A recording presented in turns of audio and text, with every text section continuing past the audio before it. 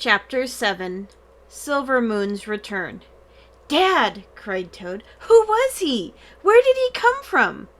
"I think," answered Dad, "he was my friend, Tom Williams.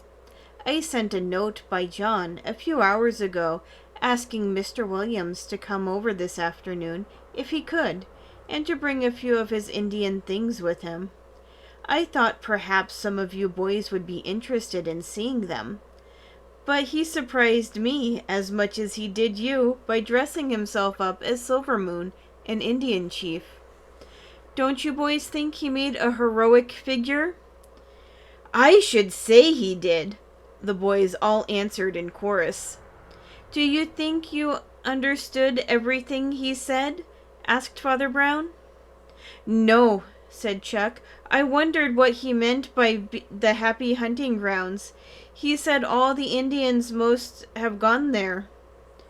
"Why, that's what the Indians call their heaven," replied his father.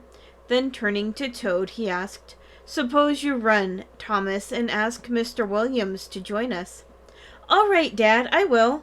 I want to see that pipe of peace," said Toad, and jumping up from the rug before the fire, where he had been seated during the story, he hurried out of the room. "I'd like to see that feather headpiece again," said Herbie. "It came way down below his knees." There was silence for a few moments. Everyone seemed to be thinking. Finally, Hopi Smith turned to Mr. Brown and asked, "Were the white men really so cruel to the Indians?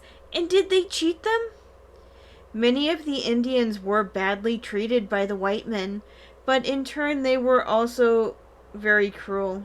You must remember, boys, that civilization means progress, and progress means going forward. The Indian, instead of following the way of the white man, chose to remain a savage. This is the main reason why the Indian has been pushed back across this great country until today he holds very little of the land," continued Father Brown. "I like the part about patching up the canoes in the spring," spoke up Lynn. "Do they use the same kind of canoe today, Mr. Brown?" "Yes, in certain parts of the country," was the answer, "where the birch tree grows." "I don't see how they kept warm in winter," said Fat, from his corner near the fire, "with just those skin wigwams to live in."